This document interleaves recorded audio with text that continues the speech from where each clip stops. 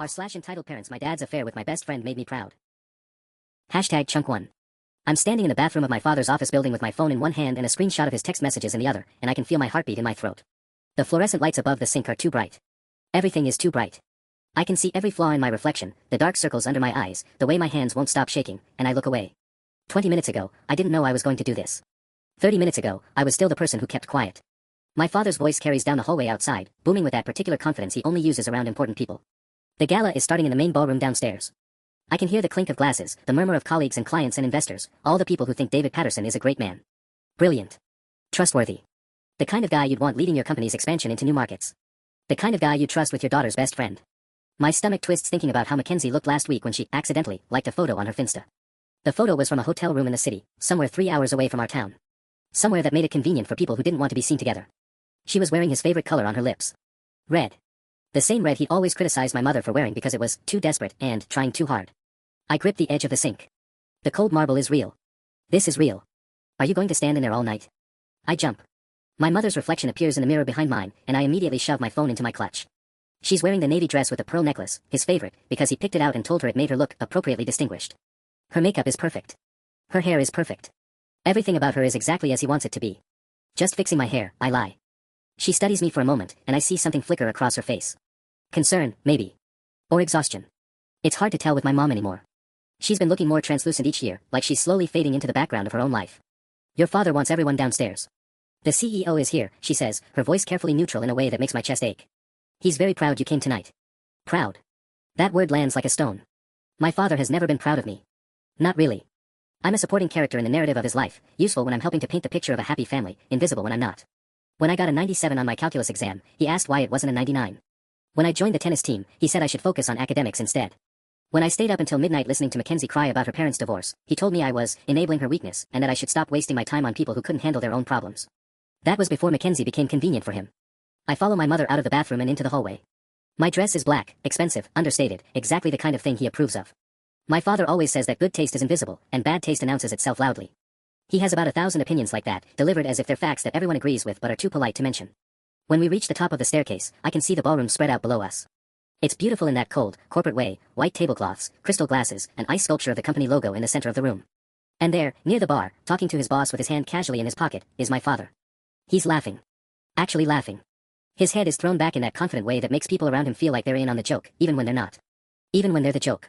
I've spent my entire life watching him perform. Learning the rhythm of his moods. Adjusting my words to avoid his criticism. Training myself not to take his cutting remarks personally because he says it's just honesty, and that coddling me would do me a disservice. I've watched him do the same thing to my mother for 17 years. I've watched him destroy her self-confidence piece by piece until she's barely a shadow. And then he turned his attention to Mackenzie. I don't think that's an accident. I think he's been practicing on me and my mother, and Mackenzie was just the next logical target. Someone young and vulnerable and flattered by the attention of a successful older man. Someone who probably thought it meant something special. Someone who didn't understand that he's a snake that sheds its skin just often enough to stay beautiful. Come on, my mother whispers, touching the small of my back. He wants us at his table. I take a breath. The screenshot is still open on my phone in my clutch.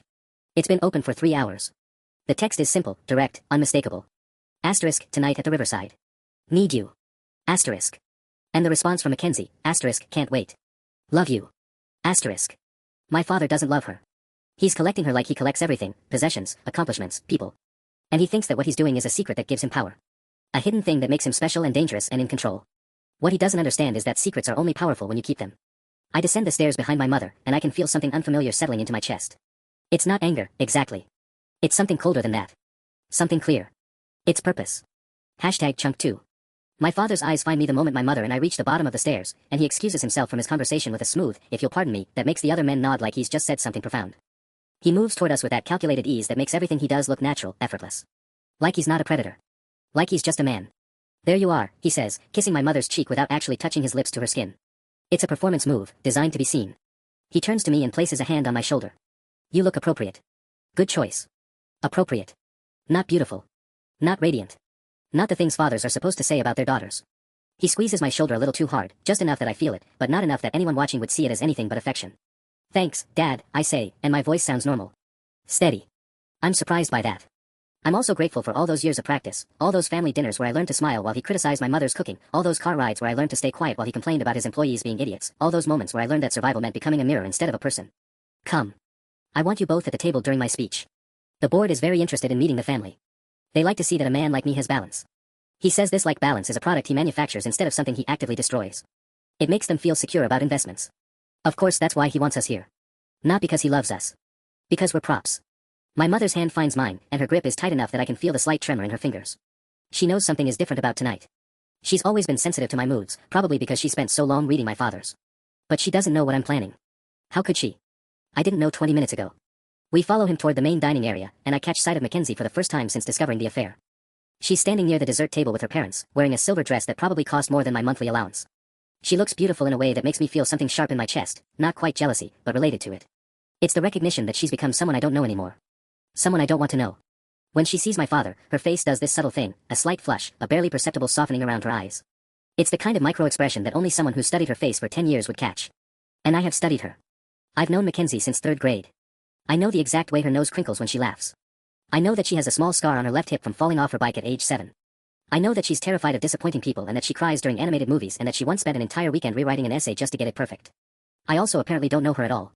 My father doesn't acknowledge her. That's the really sick part. He just passes by her like she's furniture, and I watch her shoulders tense, watch her eyes follow him. She's waiting for something. A look. A sign. Some acknowledgement that would make this real in a way that texts and hotel rooms apparently haven't. He doesn't give it to her. We're seated at his reserved table, prime real estate with a view of the podium where he'll deliver his speech in about 40 minutes. I know this because he's been talking about this speech for 3 weeks. He's been practicing it in his home office, reciting it to my mother like she's a focus group that exists to validate his ideas. She's nodded at all the right moments. She's laughed at jokes that aren't funny. She's been the perfect audience for a man who doesn't care whether anyone's actually listening. Champagne? A server asks, appearing at my elbow. Water for my daughter, my father answers for me. She's 17. I don't raise my children to need substances to enjoy themselves. The server nods and moves away. I watch my mother accept a glass of champagne with a quiet thank you, and I notice that my father doesn't comment on this. Double standard. One of many. With him, there are always different rules for different people. I'm very confident about tonight, my father says, cutting into his appetizer with surgical precision. The board is finally seeing things my way on the expansion. And once they understand the market potential, the rest will follow. I've been very strategic about how I present the information. Strategic. That's his favorite word. He uses it to describe everything, how he manages his employees, how he negotiates contracts, how he raises his children. He treats life like a game where the only goal is winning, and everyone else is either an asset or an obstacle. I pick at my salad and watch him talk. He's animated, energized by the proximity to power and influence. His eyes are bright. His gestures are expansive. He's alive in a way I've never seen him be when we're alone as a family. And that's because here, surrounded by people he needs to impress, he's performing the best version of himself. Not because he wants to be better. But because the audience is valuable. The screenshot is still burning in my clutch like a small bomb. I think about what happens after I show it. I think about the exact moment his face changes. I think about the impossibility of taking it back, of returning to the world where I was still the kind of person who kept her father's secrets. Where I was complicit in his lies just by staying silent. My mother sets down her wine glass with a soft clink. Are you feeling all right? She asks me quietly, low enough that my father doesn't hear. There's something in her voice that breaks my heart, a gentleness that suggests she's asking not because she wants to know, but because she's practiced at taking care of people who are struggling. She's been taking care of my father's emotions for 17 years. Now she's turning that attention to me, and it's almost too much. I'm fine, I tell her. And then, because I owe her at least this much, I add, actually, I think I'm going to be better than fine soon. She studies my face, and I see the moment she realizes something is happening. Something she doesn't understand yet. Her grip on her wine glass tightens. My father continues talking, completely unaware that everything is about to change. Hashtag chunk 3. The appetizer course ends and the servers clear our plates with practiced efficiency. I watch my father dab his mouth with a napkin, a precise, controlled gesture, and check his watch. 35 minutes until his speech. He's starting to vibrate with anticipation, the kind of barely contained energy that makes him dangerous. This is when he's most unpredictable, when the possibility of triumph makes him sloppy. You know, he says, directing his attention to the man seated to his left, some board member whose name I've already forgotten, I've learned that success is about understanding what people want before they know they want it themselves. It's about being 3 steps ahead. He smiles like he's just shared the secret of the universe. Most people are reactive. I'm strategic. There's that word again. My mother excuses herself to the restroom, and I watch her navigate through the crowd with the invisible grace she's perfected over 2 decades of being married to a man who treats her like decor. I wonder if she's going to splash water on her face. I wonder if she's already starting to sense that something is fundamentally wrong. Once she's gone, my father turns to me with an expression I recognize immediately. It's the one he uses when he wants something. When he's about to make me complicit in something without actually asking. I need you to do something for me, he says quietly, leaning closer so only I can hear. During the cocktail hour after my speech, I'm going to need you to find your mother and keep her occupied. Talk to her about something. Shopping, school, whatever. I have some networking I need to do, and I don't want her hovering.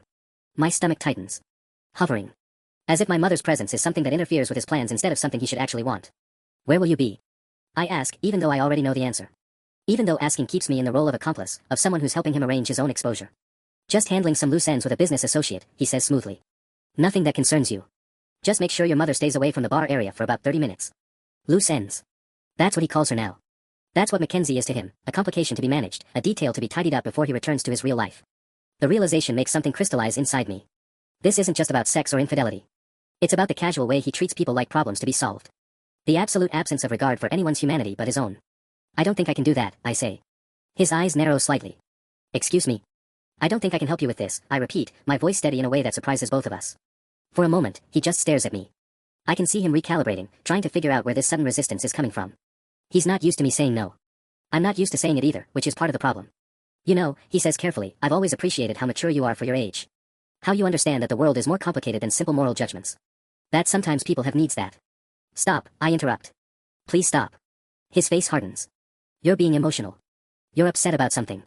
Is this about school? Did something happen with your friends? The irony is so sharp it almost makes me laugh.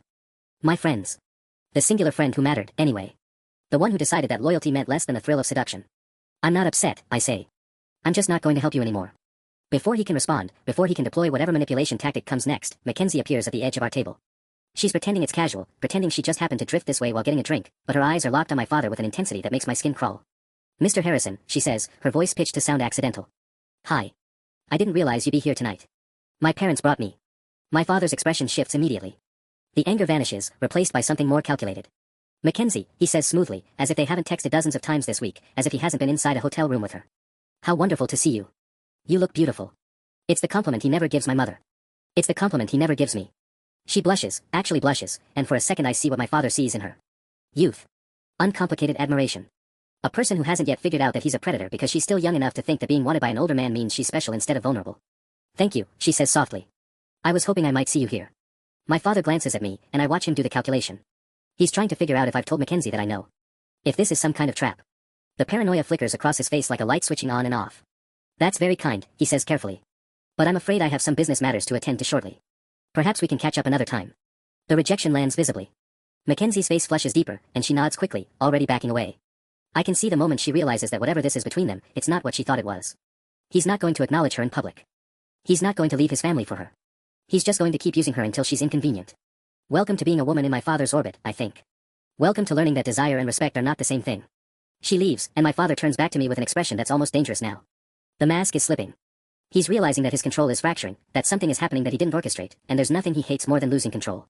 Whatever this is, he says quietly, whatever you're planning, you need to think very carefully about the consequences. You're 17 years old. You have no idea what you're capable of destroying. You have no idea what you're capable of losing. I meet his eyes, and for the first time in my life, I don't look away. You're right, I tell him. I don't. But I guess we're both about to find out. Hashtag chunk 4. The silence between us stretches like taffy, and I can feel the weight of everyone at nearby tables starting to notice. My father's jaw clenches once, twice, and then he does something that terrifies me more than anger ever could. He smiles. You always were dramatic, he says, loud enough for the board member next to us to hear. Just like your mother. So much emotion, so little perspective. He turns to the other man with a chuckle that sounds completely genuine. Teenagers, right? Everything is a tragedy. It's a masterclass in deflection, and it works immediately. The board member laughs, nods sympathetically, and suddenly I'm the unreasonable one. The emotional child throwing a tantrum at a formal dinner. My father has just successfully repositioned this entire conversation in the span of 10 seconds, and the worst part is that everyone around us believes it. I realize, with a sinking feeling, that this is how he's gotten away with everything. Not through elaborate deception, but through this simple magic trick, making people believe their own doubts instead of what they've witnessed. My mother returns from the restroom just as my father is checking his watch again. 20 minutes until his speech. She slides back into her seat, and I watch her take in attention at the table. The way my father is avoiding making eye contact with me. The way I'm staring at my untouched dessert like it might contain the answers to everything. Is everything all right? She asks, and the question is directed at all of us, but her eyes are on me. Everything is perfect, my father says immediately. I was just telling our daughter how important tonight is for the company. How much her mother's support means to me. He reaches over and squeezes my mother's hand, and I watch her relax slightly. She squeezes back. After 17 years, she's learned to take these small gestures as confirmation that things are okay, that whatever undercurrent she might be sensing is just her own paranoia. I wonder how many times he's done this exact thing. Reassured her. Made her feel foolish for questioning him. Built up this architecture of trust so carefully that it would take more than suspicion to bring it down. It would take proof. My phone buzzes in my clutch. I don't check it, but I know what it is. The message from Tyler, the IT kid at school who owed me a favor after I wrote his college essay last year. The message that says he's done what I asked. That the video file is queued up on the projector's backup system, hidden behind the presentation slides my father has spent months preparing. My hands shake slightly, and I fold them in my lap. Excuse me, I hear myself say. I need to use the restroom. It's the same excuse my mother used, and I see her eyes soften with sympathy. She thinks I'm struggling with something normal. Boy drama, maybe. Stress about college applications. Something that fits into the framework of her understanding. I don't correct her assumption. In the bathroom, I splash cold water on my face the way I imagined my mother doing earlier. My reflection looks back at me, steadier than I feel, older than I am. There's a woman touching up her lipstick near the mirrors, and she gives me a concerned look. You okay, honey? I nod, because what else can I do? What else can anyone do but keep moving forward? When I return to the dining room, there's an announcement. The speeches are about to begin. My father is being called to the podium. I watch him stand, straightening his tie with that same precise gesture he used with his napkin. He's in his element now, about to be celebrated, about to bask in the approval of his peers. My mother reaches over and squeezes my arm. Your father works so hard, she says softly. I'm glad we get to be here for this moment. I can't speak, so I just nod. He takes the stage, and immediately he's magnetic. I've seen this version of him before, the charming, articulate version that made my mother fall in love with him in the first place. The one that makes people want to believe in him. He tells a joke and gets a laugh. He talks about vision and innovation and the importance of integrity in business, and the irony is so bitter I have to bite the inside of my cheek to keep from laughing. Integrity. He's literally using the word while his infidelity is about to be displayed on the screen behind him. 15 minutes in, I text Tyler. Go. My father is mid-sentence, talking about the importance of trust in the workplace, when the first image appears behind him. It takes a few seconds for people to notice. The audience has been focused on him, on the words coming out of his mouth. But then someone in the back row looks up, and suddenly other heads are turning. My father doesn't notice at first. He's still talking, still in the rhythm of his speech. And then he sees the reactions. He sees the way people are looking at the screen instead of at him, and his voice falters slightly. The image is clear. Not explicit, but unmistakable. My father and Mackenzie in a hotel hallway, her hand on his chest, his hand on her waist, their faces inches apart. I got it from her Instagram story, a photo she'd posted to her close friends, thinking it was private. Thinking she was safe. What? My father turns to look at the screen, and I watch comprehension flood his face. My mother stands up abruptly. Her wine glass tips over, red liquid spreading across the white tablecloth like blood. I don't feel proud yet. I feel sick, actually. I feel guilty and terrified and like I might be about to ruin everything, including myself. But I also feel something else underneath it all, something hard and bright and absolutely certain.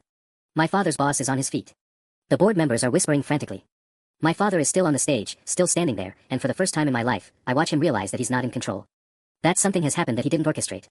That I made it happen. I can explain, he says into the microphone, and the words sound pathetic. They sound small. But nobody's listening anymore. #Chunk5. The next 30 seconds feel like they happen in both slow motion and at triple speed. My mother is still standing, and her face has gone the color of old parchment. She's staring at the screen like it might change if she looks hard enough, like the image might resolve into something else, something that makes sense, something that doesn't shatter the careful architecture of her marriage. I watch her throat work. She's trying to process. Trying to find an explanation that doesn't exist. My father has abandoned the microphone. He's stepping down from the stage now, moving toward the back of the ballroom where the projector is mounted, as if he can physically stop what's already happening. His tie is still perfectly straight. His hair is still perfectly in place. But his hands are shaking badly enough that I can see it from 3 tables away. Turn it off, he says, loud enough to cut through the growing murmur of the crowd. Someone turn it off. Now. The event coordinator, a woman I don't know, is standing frozen near the AV equipment, clearly uncertain about what's happening, unsure if she's witnessing a technical malfunction or something far more sinister. She looks to the event manager, who looks to my father's boss, and in that moment of hesitation, another image appears on the screen. This one is from a text message thread. Not that explicit, no images, but the words are damning. My father's words. Things he wrote to Mackenzie that no married man should write to an 18-year-old girl. Promises. Affirmations. That he doesn't love his wife anymore. That Mackenzie is different. That she understands him. I feel something crack inside my chest, and I realize it's the last piece of me that was still hoping, still some small, stupid part that was hoping there might be an explanation I hadn't considered. That I might be wrong. I'm not wrong. Jesus Christ, someone mutters from 2 tables over. My mother sits down very slowly. She doesn't look at my father. She doesn't look at me. She looks at her hands, and I watch her trace the outline of her wedding ring like she's trying to remember why she's wearing it. This is a misunderstanding, my father is saying now, and he's trying to sound authoritative, but his voice has gone thin and reedy. Someone has hacked, my accounts have been compromised. This is clearly. They're our accounts, aren't they? My mother's voice is quiet. Dangerous. She's looking at him now, and whatever she sees in his face is confirmation enough. I can explain, he starts, and I feel something almost like pity for him. The pity you feel for an animal that's been wounded, that's lashing out because it doesn't know what else to do. Don't, my mother says flatly. Don't you dare try to explain this to me right now. My father's boss, Mr. Chen, has left the ballroom. I watch him go through the side exit, his posture rigid. Half the board members are following him. The other half are talking urgently on their phones, probably calling lawyers, probably already repositioning themselves away from the scandal that's unfolding on stage. My father moves back toward our table, and I see him try to assess the damage, calculate how much he can salvage. It's written all over his face, the way his eyes are cataloging the reactions, the whispers, the people actively turning their chairs away from our section. We need to talk, he says to my mother, keeping his voice low, like maybe if nobody hears him, the night can still be salvaged. Privately. There are things you don't understand. I understand exactly, my mother says, and she's starting to shake now, small tremors that seem to come from somewhere deep inside. I understand that you've been lying to me. That you've been with her, with a girl young enough to be our daughter, and I understand that you felt comfortable enough doing it that you documented it. That you texted her about me. About us. She stands up, and I notice that my father instinctively takes a step back. There's something in her expression that he recognizes as dangerous, and for a moment, I see him truly realize that his marriage might be over. Not in an abstract way. In a right now, tonight, this is actually happening way. I can't look at you, she says, and her voice breaks slightly on the last word. I can't be near you right now. She walks away from the table without looking back. My father stands there for a moment, abandoned on the ballroom floor while servers continue circulating with trays of expensive appetizers and people continue to stare. And then he seems to crumble slightly, like someone's cut the strings holding him upright. He looks at me. You did this, he says, and it's not a question. It's a statement of fact, and the recognition in his eyes is almost worse than the anger would have been. He knows. He understands exactly what I did and why, and he's starting to comprehend what it means, that I've stopped being afraid of him. That I've moved beyond his control. Yes, I say, and I'm surprised by how steady my voice sounds. I did. For a moment, I think he might come toward me. I can see something in his face, not quite anger, not quite desperation, but something twisted between the two. His fists clench. His jaw works. But then he seems to calculate the optics of what would happen if he lost his temper here, in front of all these witnesses, and he stops himself. You don't understand what you've done, he says quietly. The consequences. For your mother. For our family. I understand exactly, I tell him. I understand that you did this. Not me. You made these choices. You lied. You betrayed Mom. You took the risk. I just showed people the truth. The truth. He laughs, and it's such a broken sound that it almost hurts to hear it. You think you're some kind of hero. You think you fixed something. But all you've done is blow up everything. Your mother is devastated. Our family is destroyed.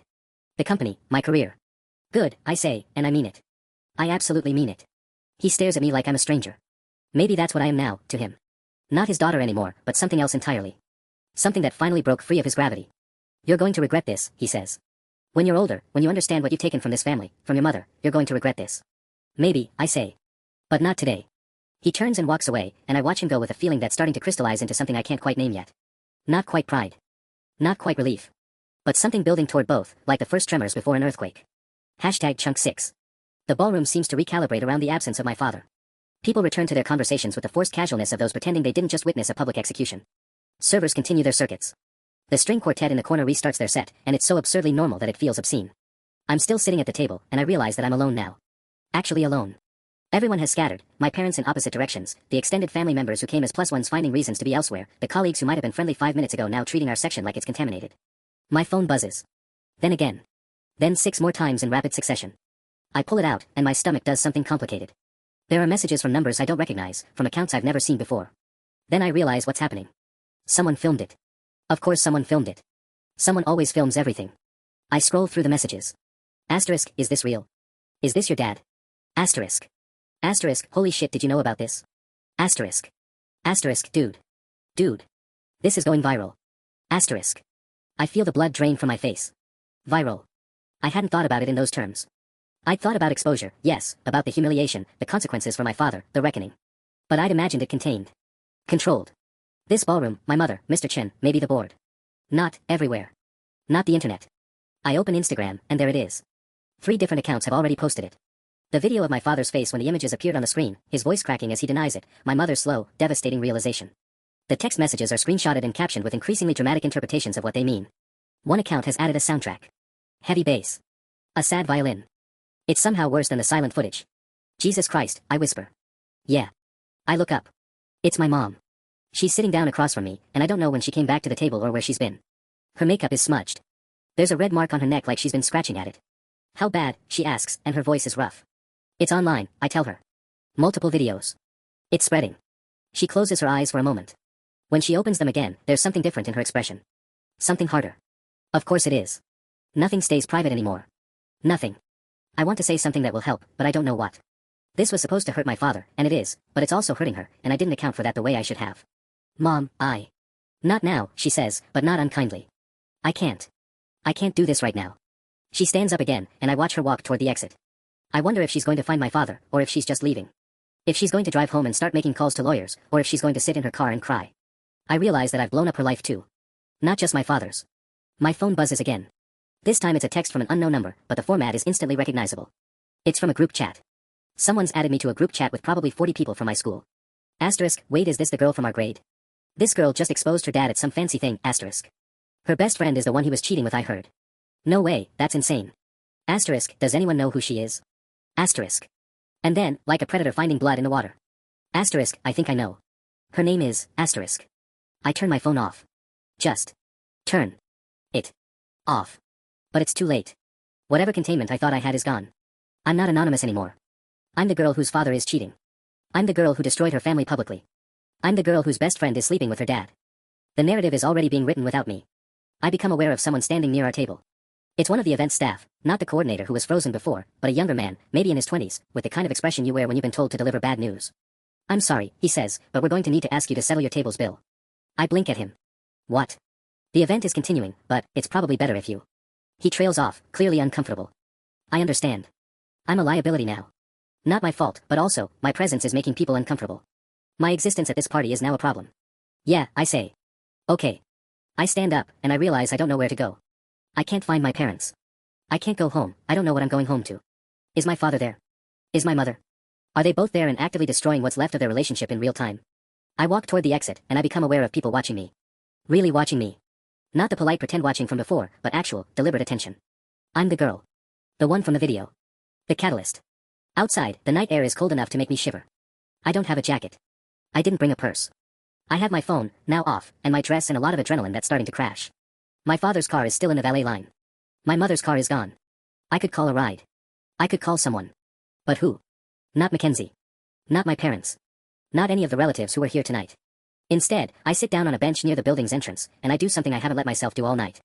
I start to cry. But even that isn't private anymore. Someone walks past and takes a picture. I see the phone come up. I see the moment they decide that capturing this is more interesting than ignoring it. And I think about how the only thing I successfully controlled tonight was the moment of exposure, and everything after that is just chaos. Just consequences spiraling outward in directions I can't predict or stop. My father was right about one thing. I absolutely blew up everything. Hashtag chunk 7.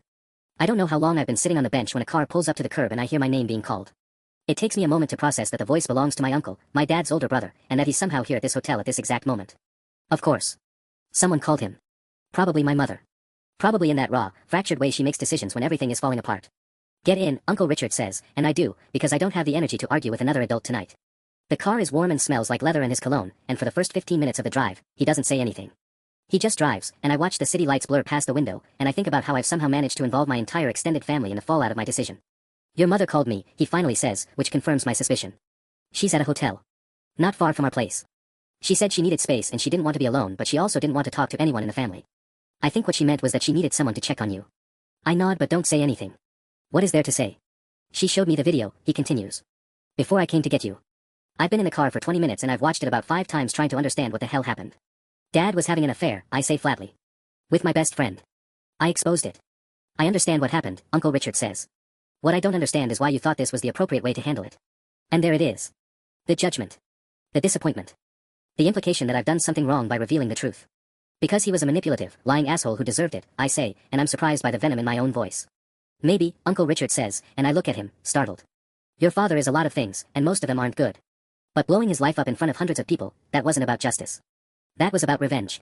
And revenge is just another way of letting someone control you. That's not fair, I say. It's not, he agrees. But it's true. And now your mother is in a hotel room trying to figure out if her marriage is over, and your father is probably at some bar with his phone off, and you're sitting in my car looking like you haven't processed that the internet is currently having a field day with your family's implosion. The mention of the internet sends a jolt of anxiety through me. I turn my phone off, but it's still in my purse. The videos are still out there. People are still talking about it. How bad is it? I ask. Uncle Richard exhales slowly. It's bad. Local news is picking it up. Prominent businessman exposed at charity event, that kind of thing. Your father's company is already trying to do damage control. His boss has made a statement distancing himself. Social media is doing what it does, which is turning your father into either a villain or a cautionary tale depending on which way the algorithm blows. Good, I say, but even as the word comes out, I'm not sure I mean it anymore. Is it? Uncle Richard asks. Because from where I'm sitting, nobody looks good in this situation. You look like a vindictive teenager who orchestrated a very public humiliation. Your mother looks like a victim. Your father looks like a monster. And that girl, Mackenzie, she's getting absolutely destroyed online. People are calling her a homewrecker, a predator, all kinds of things. I hadn't thought about Mackenzie. I've been thinking about her as a villain, but she's also 18, which means she's barely an adult. She's just a girl who made a terrible choice, and now the internet is crucifying her. She made her own choices, I say, but it sounds hollow. She did, Uncle Richard agrees. But so did you. And some of the consequences of yours are going to land on people who don't deserve them. We pull into a hotel parking lot, and he turns to look at me directly for the first time since I got in the car. Your mother wants you to come stay with us for a while, he says. Not because she's angry with you, I don't think she knows what she feels right now. But because she needs to figure out what comes next, and she can't do that with you in the house. There's going to be a lot of legal stuff. Discussions about the marriage. Conversations with your father that aren't going to be pleasant. Where is Dad? I ask. Your mother doesn't know. She's not answering his calls. Neither am I, at this point. Is she going to divorce him? Uncle Richard is quiet for a long moment. I think that's above my pay grade to answer. But I will tell you that even if she forgives his infidelity, she's going to have a very hard time forgiving this. The humiliation. The public nature of it. The fact that her entire world just exploded in front of everyone she works with and knows. I feel something twist in my chest. I didn't think about that, I say quietly. I know you didn't, he says, and his voice is gentler now. That's the thing about revenge fantasies. They never account for collateral damage. But when you actually execute them, the collateral is real. My phone is still in my purse, still off, but I think about all the messages waiting on it. The videos spreading. The commentary. The memes, probably. The way my father's humiliation is being packaged into content for mass consumption. I'd wanted him to feel powerless. I'd wanted to take back some agency from him. And maybe I did. But I also set off a cascade of events that I can't control or contain, and now everyone is suffering, my father, my mother, Mackenzie, me. I need to see my mom, I say. Come on, Uncle Richard says, and opens his car door. As I follow him into the hotel, I catch a glimpse of my reflection in the glass doors. I look haunted. Hollowed out. Like someone who finally got what they wanted and discovered that victory tastes nothing like what they imagined. #Chunk8. My mother is sitting on the edge of a hotel bed in a room that smells like industrial cleaner in despair when Uncle Richard knocks and lets me in. She looks smaller than I remember her being, like the past few hours have physically diminished her. Her makeup is smudged. Her hair, which she always keeps perfectly styled, is pulled into a messy bun. She's still wearing her dress from the event, though she's removed her heels and is sitting in her stockinged feet like a woman who ran out of the ability to maintain appearances. When she sees me, her entire face changes. The fragility crumbles into something fiercer. Come here, she says, and I do, and she pulls me into a hug that feels like she's holding on to the last solid thing in her life. I stand there in her arms and cry in a way I haven't allowed myself to since I was very small, not the controlled tears from the bench outside the event space, but the kind of crying that comes from somewhere deeper, somewhere I didn't know still had anything left to give. I'm sorry, I say into her shoulder. I'm sorry, I'm sorry, I'm sorry. Shoo, she says, and strokes my hair like I'm much younger than I am. Don't apologize to me. Don't you dare apologize to me. We stay like that for a long time. Uncle Richard quietly excuses himself, and it's just the two of us in this anonymous hotel room, and I realize that despite everything, despite the exposure and the chaos and the viral videos, this moment feels like the first genuine thing that's happened all night. Eventually, my mother pulls back and looks at me. Her eyes are red and swollen, but there's something in them that wasn't there before. Not forgiveness exactly, but a kind of clarity. I need you to understand something, she says, and her voice is steady now, resolved. What your father did is not your responsibility. The affair is not your fault. The humiliation is not your fault. But the way you chose to handle it, that is something you're going to have to live with. Do you understand the difference? I nod, because I think I do. I'm going to divorce him, she continues, and saying it out loud seems to crystallize it for her. The decision solidifies. Not because you exposed him, but because I can't rebuild a marriage with someone who would do this. Who would betray me like this, who would betray our entire family and then lie about it for however long he thought he could get away with it. That's on him. But I need you to know that there were other ways this could have been handled. Ways that wouldn't have hurt so many people. Mackenzie, I say, and it comes out like a confession. Yes, my mother says. Mackenzie, and the employees who saw that video, and your father's boss, and everyone who's going to spend the next week sharing it online. You wanted to punish your father, and you did. But you also made him into a cautionary tale. Into content. Into a story people will tell at dinner parties for months. Is that wrong? I ask, and I genuinely don't know anymore. It's complicated, my mother says. Your father deserves consequences. Real ones. But I'm not sure public humiliation is justice. I think it's just another kind of wound. She gets up and walks to the window, looking out at the city lights below. I've been sitting here for the past hour thinking about what comes next. Lawyers. Asset division. Figuring out how to tell my own parents. Deciding if we stay in this house or if I need a fresh start. And I realize that I should be thinking about these things for myself, not in reaction to what you did. Does that make sense? I think so, I say. Your father called me, she says quietly. Not 30 minutes ago. He was crying. Actually crying. He said that his career is probably over, that he's getting calls from journalists, that people are calling him a predator online even though, she stops, collects herself. Even though he's many terrible things, he's not a predator. He's a middle-aged man who made selfish choices with a girl barely older than you are. I feel my stomach twist. She's right.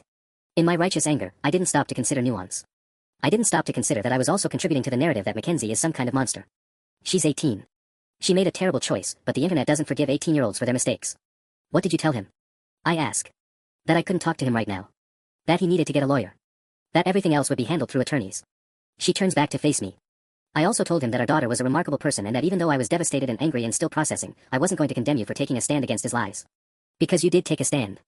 That part matters. But? I ask, because I can hear it hanging in the air between us. But you also learned a lesson tonight that I wish you could have learned any other way. You learn that power is intoxicating, and that doing the right thing for the wrong reason still has consequences, and that sometimes when you blow something up, the shrapnel hits people you didn't intend to hurt. You're 17. You shouldn't have to learn those things yet. You shouldn't have to live with a father who made you strong enough to need to. We're both quiet for a long moment. I'm proud of you, she finally says. Not for what you did tonight, but for the fact that you're standing here listening to this rather than doubling down. A lot of people would double down. I feel like I'm supposed to feel victorious, I say. But I just feel tired. That's good, my mother says. That's wisdom. She takes my hand and leads me to the bed, and we sit down together, and she tells me about the next steps. Staying with Uncle Richard's family for a while. Therapy, probably, for both of us. The fact that she's going to protect me from most of the legal proceedings, that my father is my problem to deal with only to the extent that I choose to. That she loves me regardless of tonight, and will keep loving me, even if I made mistakes. And as I listen to her, I realize that this is what I actually needed. Not the exposure or the revenge or the viral vindication, but this, a parent who sees me as I actually am, someone who can hold both the pride and the complexity, someone who can love me while also demanding that I grow from this. The victory doesn't taste like triumph. It tastes like relief, and exhaustion, and the beginning of something I'll be processing for years. But it's enough. It's finally enough.